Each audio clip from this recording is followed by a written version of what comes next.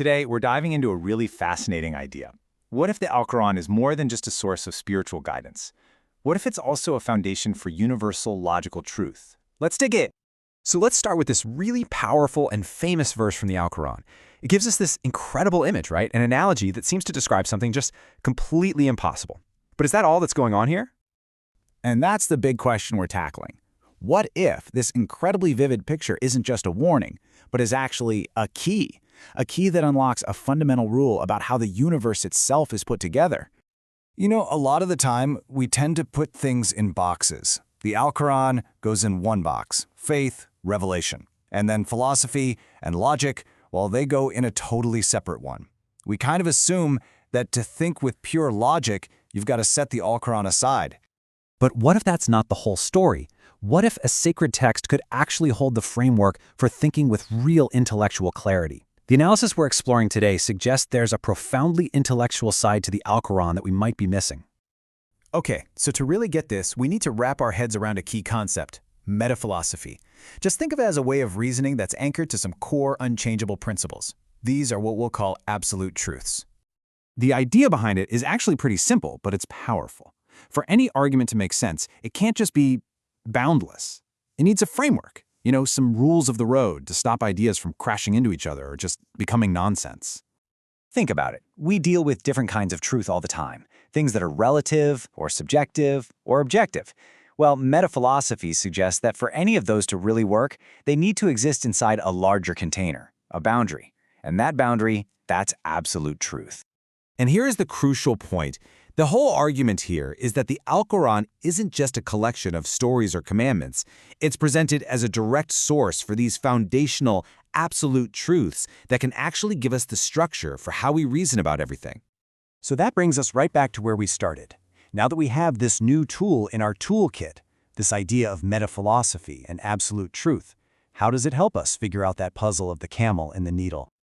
All right, let's put this framework to the test. We're going to break down that verse from Al-A'raf, chapter 7, verse 40, and see what happens when we start looking for a universal principle hiding inside.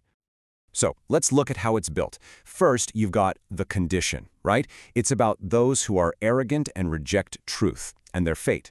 Second, there's the analogy, the camel trying to get through the needle's eye. And then third, the verse ties them together with this unbreakable logical chain.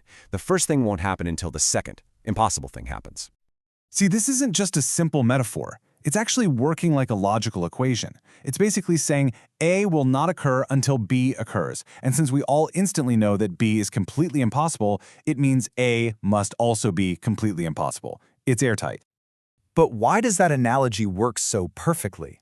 I mean, why a camel and a needle? What is the deep, universal rule that our brains just get immediately that makes the whole thing click and feel so obviously true? And this is where we get to the heart of it. The verse isn't describing some random impossible idea out of thin air. No, it's actually pointing us toward a self-evident fundamental law that governs reality itself. And here it is. The absolute truth that's being demonstrated is the law of capacity.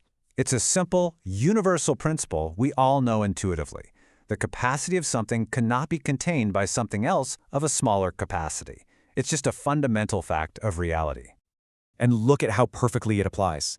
A camel's physical size, its capacity, is way, way bigger than a needle's eye. The verse uses that obvious physical truth to teach us about a spiritual one, that the capacity of arrogance is just fundamentally too big, too incompatible to fit into the state of paradise. The logic here isn't symbolic, it's absolute. So, what's the big takeaway from all this? Well, it basically gives us a whole new lens, a new way of reading and understanding. The key thing to walk away with is that this verse, and maybe many others, are working on a few different levels. Yeah, on one level, it's a very serious warning. But on a deeper level, it's a vehicle.